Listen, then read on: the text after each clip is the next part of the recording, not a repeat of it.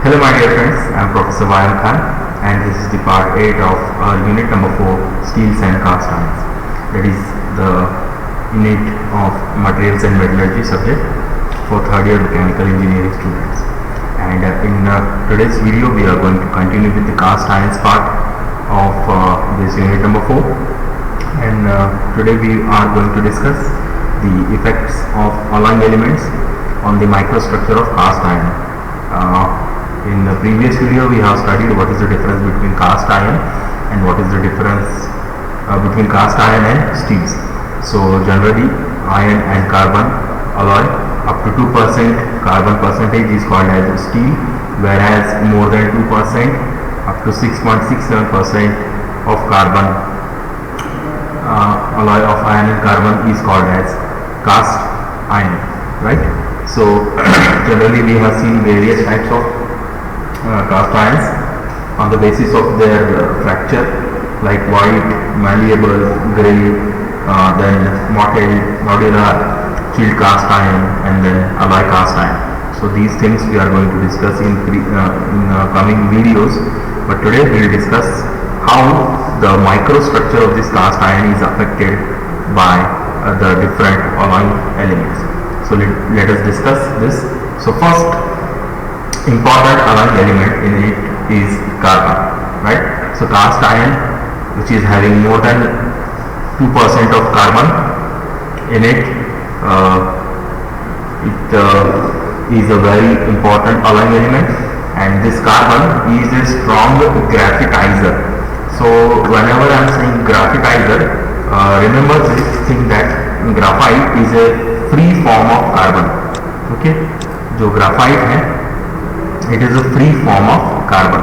Carbon का क्या है, एक किस्म का फ्री फॉर्म है. फ्री फॉर्म मतलब क्या रहता है कि carbon it is not in compound state, मतलब कंपाउंड ये किसी के साथ में कंबाइंड स्टेट में नहीं है, ये फ्री फॉर्म में है. और इसका जो फ्री फॉर्म है उसमें से एक टाइप है ग्राफाइट. ठीक है, कार्बन के अलग अलग फॉर्म्स हम समझते हैं, जैसे कि कार्बन ये वर्ल्ड्स एक किस्म का सबसे स्ट्रॉन्गेस्ट एलिमेंट जो हमारे अर्थ पे मिलता है हमको, diamond. So diamond is also a form of carbon, carbon का एक फॉर्म है. उसी तरीके से ग्राफाइट है, जो आप कोल या कोक देखते हो वो एक कार्बन का फॉर्म है, कोयला जिसको बोला जाता है. उसके अलावा फ्लोरॉन नाम का एक कार्बन का फॉर्म है. तो ये चार अलग अलग कार्बन के फॉर्म्स है, जिसमें से जैसे कि कोक है, तो ये कोक या कोयला जो है ये बहुत ही ब्रिटल रहता है, बहुत ही इसकी कुछ स्ट्रेंथ या प्रॉपर्टीज कुछ खास नहीं रहती, जलाने में काम में आता है. वेराज सेम कोयला या सेम कोक जब बहुत हार्श एनवायरनमेंट से या बहुत क्या बोलेंगे हीट से गुजरता है या बहुत टाइम ड्यूरेशन तक उसको हीट में रखा जाता है, तब उसका फॉर्म बदल जाता है, जिसका बनता है डायमंड, जो सबसे हार्डेस्ट एलिमेंट है हमारे अर्थ पे. So same carbon is available in different forms. So जिसमें से पहला जो फॉर्म है वो कुछ ग्राफाइट नाम का है, जिसको हम ग्राफाइट बोलते हैं. It is a free form of carbon.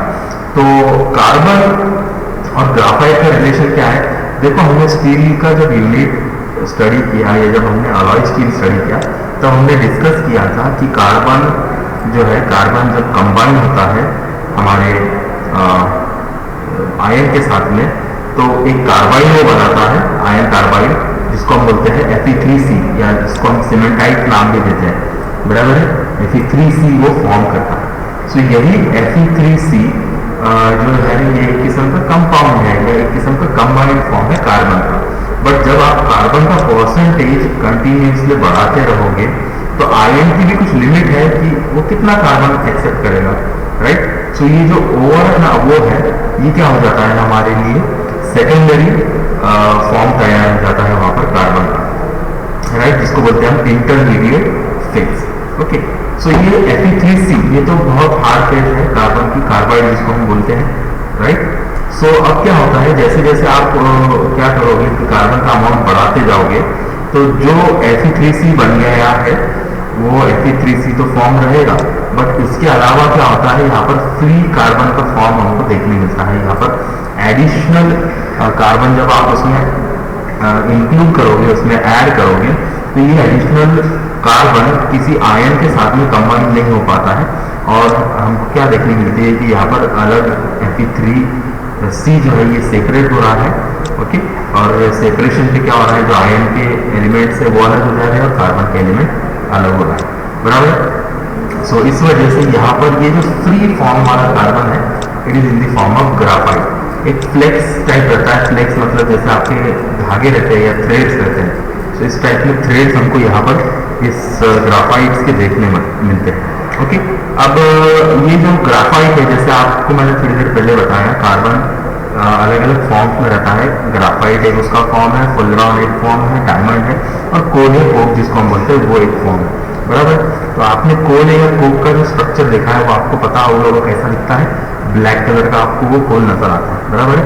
तो कार्बन का सूट भी आपने देखा होगा, सूट मतलब जो धुआं निकलता है गाड़ियों से, तो वो भी हमको ब्लैक नजर आता है, बराबर है। सो ये जो ब्लैकिशनेस है ये हमको हमारे कास्ट आयन में भी नजर आती है, जिसकी वजह से जो हमारा जैसे जैसे आप कार्बन बनाओगे, ऐड करोगे, जैसे जैसे ये एरो इंक्रीजिंग का सिंबल है, जैसे जैसे कार्बन बढ़ाओगे वैसे वैसे ग्राफिटाइजेशन बढ़ेगा, मतलब फ्री फॉर्म के कार्बन फॉर्म होना शुरू हो जाएंगे, जिस वजह से जो आपका माइक्रो स्ट्रक्चर है वो ग्रेइश कलर का नजर आता है, ब्लैकिश या ग्रेइश कलर का हमको वो कास्ट आयन का माइक्रो स्ट्रक्चर नजर आता है, जिसके अंदर कार्बन ज्यादा है, ओके। अब इसको कंट्रोल कैसे किया जा सकता है, तो इसको कंट्रोल करने के लिए हमारे पास में क्या होता है कि जैसे जैसे कार्बन बढ़ रहा है, ठीक है, सो वैसे वैसे कूलिंग रेट भी क्या कर रहे हैं, स्लो कर रहे हैं, ठीक है। कूलिंग रेट स्लो करने की वजह से क्या होता है, जो भी मैट्रिक्स है या जो कास्ट आयन है, इसके अंदर हमको फेराइड देखने मिलता है। This is not correct here, second line. So जैसे जैसे कार्बन बढ़ेगा और आप अगर स्लोअर कूलिंग रेट रखते हो, तो हमारा मैट्रिक्स जो है या जो हमारा माइक्रो स्ट्रक्चर है उसके अंदर हमको फेराइड देखने मिलता है, आयन का एक अलग फॉर्म हमको यहाँ पर देखने मिलता है, फेराइड, ठीक है। उसी तरीके से जैसे जैसे कार्बन का परसेंटेज आप कम करते जाओगे और कूलिंग रेट को मॉडरेट करोगे, मतलब थोड़ा सा कूलिंग रेट बढ़ा दोगे, तो यहाँ पर जो है किसी भी तरीके का ग्राफिटाइजेशन हमको देखने नहीं मिलता है। देखो ग्राफिटाइजेशन क्या है, ये फ्री फॉर्म एक किस्म का रिएक्शन वहां पर हो रहा है, जिस वजह से वहां पर हमको क्या मिलता है, फ्री कार्बन नजर आता है, ठीक है। तो वो रिएक्शन जो होती है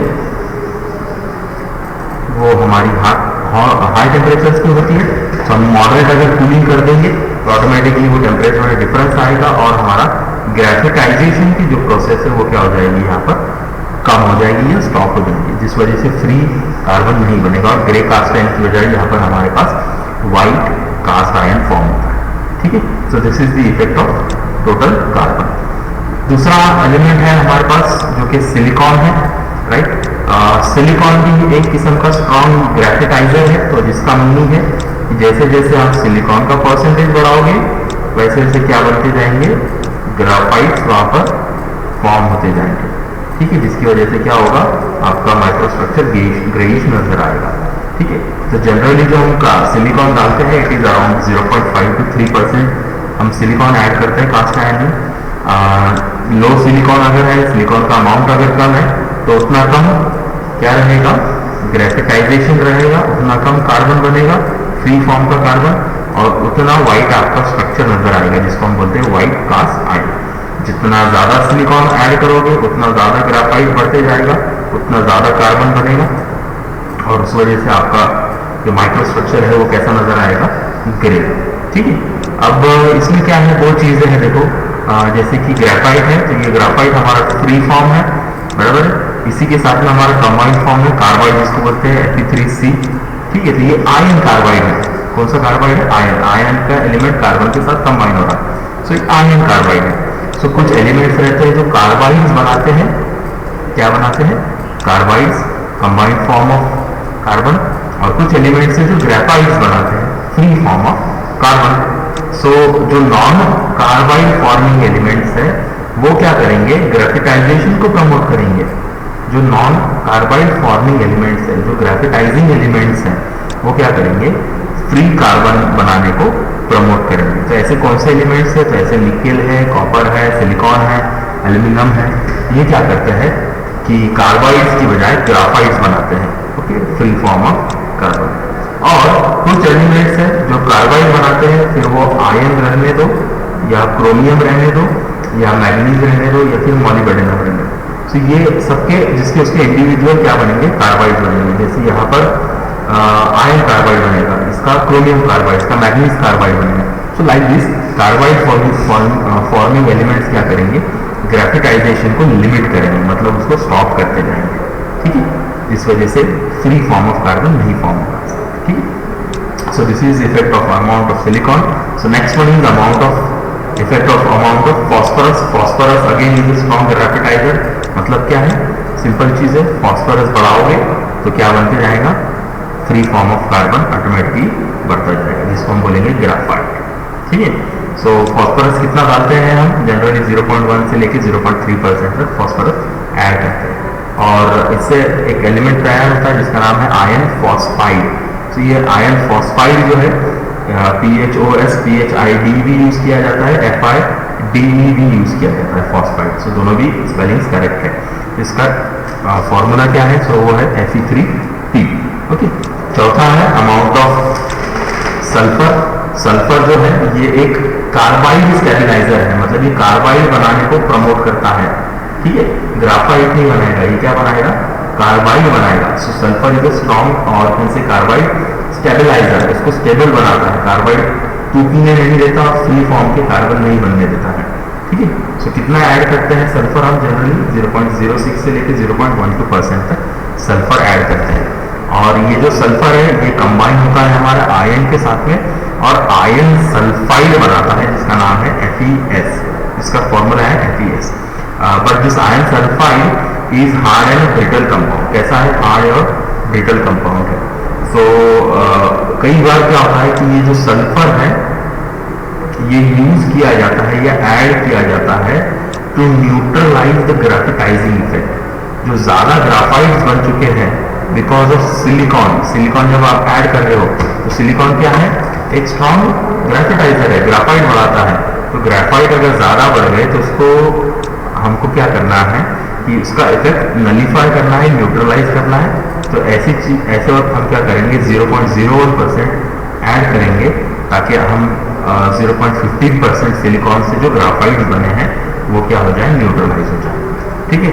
और हमारा पांचवा है सबसे लास्ट वाला अलाइंग एलिमेंट जिसका इफेक्ट हमको स्टडी करना है, दैट इफेक्ट इज इसका सबसे इंपॉर्टेंट इफेक्ट है that is the amount of manganese का। So that manganese it's main reason to be an alloying element of cast iron is to reduce the brittleness, उसकी brittleness कम करना जो ion sulphide से बनी है। सल्फर जब आप ऐड करते हो तो वहाँ पर ब्रिटलनेस बढ़ जाती है, राइट, हार्ड मटेरियल हो जाता है और ये हार्ड और ब्रिटल मटेरियल हमारे एप्लीकेशन में काम का नहीं है। इसलिए हम क्या करते हैं, उसके अंदर मैग्नीज ऐड करते हैं फ्रॉम 0.5 to 1%, जिसकी वजह से मैग्नीज सल्फाइड बनता है and the effect is reduced, okay. So this is about effects of alloying elements on microstructure of cast iron. In next video